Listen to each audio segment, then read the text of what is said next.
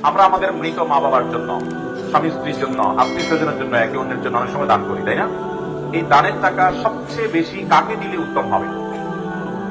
এ ব্যাপারে নবী করিম সাল্লাল্লাহু আলাইহি ওয়াসাল্লামের হাদিসের দিকে তাকালে আমরা দেখতে পাই, দানের জন্য সবচেয়ে উত্তম হলো যে রক্ত সম্পর্কীয় কোনো আত্মীয় স্বজন যদি অভাবী থাকে তাদেরকে দান করতে হবে, তাদের হক এবং অধিকার সবচাইতে বেশি।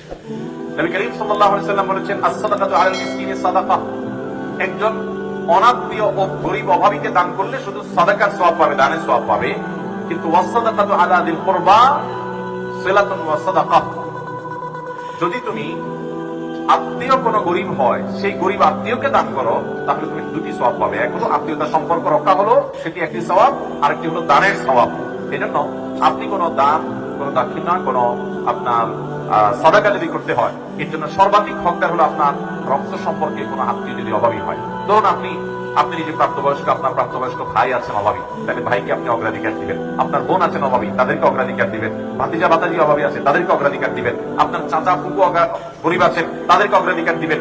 এরকম লোকদেরকে, রক্ত সম্পর্কে আত্মীয় স্বজনকে অগ্রাধিকার দিবেন। এর মানে আবার এটা না যে শুধু তাদেরকেই দিবেন আর কাউকে দিবেন না, এদেরকে অগ্রাধিকার দিবেন, এদেরকে আগে দিবেন, এরপরে বাকিদেরকে দিবেন। এটা হলো সবচেয়ে উত্তম।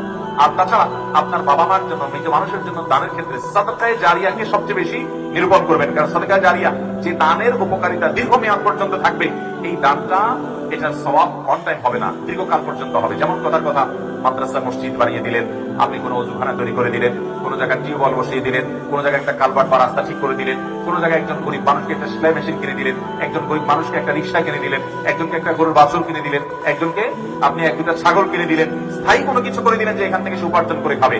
অথবা আপনি একটা গাছ লাগালেন, কয়েকটা গাছ লাগালেন, সেগুলো যদি পরিচর্যা করে বড় করতে পারেন এবং বলেন যে আল্লাহ, এই গাছ লাগানোটা ইবাদত, আমরা অনেকে যাই না, এই ইবাদতটা, এই নেকামলটা আমি করলাম আমার মৃত বাবার থেকে, মায়ের তরফ থেকে, তো এটা হবে তার জন্য সবচেয়ে উত্তম। অন টাইম ইবাদতের চাইতে সাদকামূলক ইবাদত, সাদকা জারিয়ামূলক ইবাদত, এটা মৃত মানুষের জন্য অনেক বেশি উপকারী হয়। আল্লাহ আমাদেরকে আমলের তৌফিক দান করুন।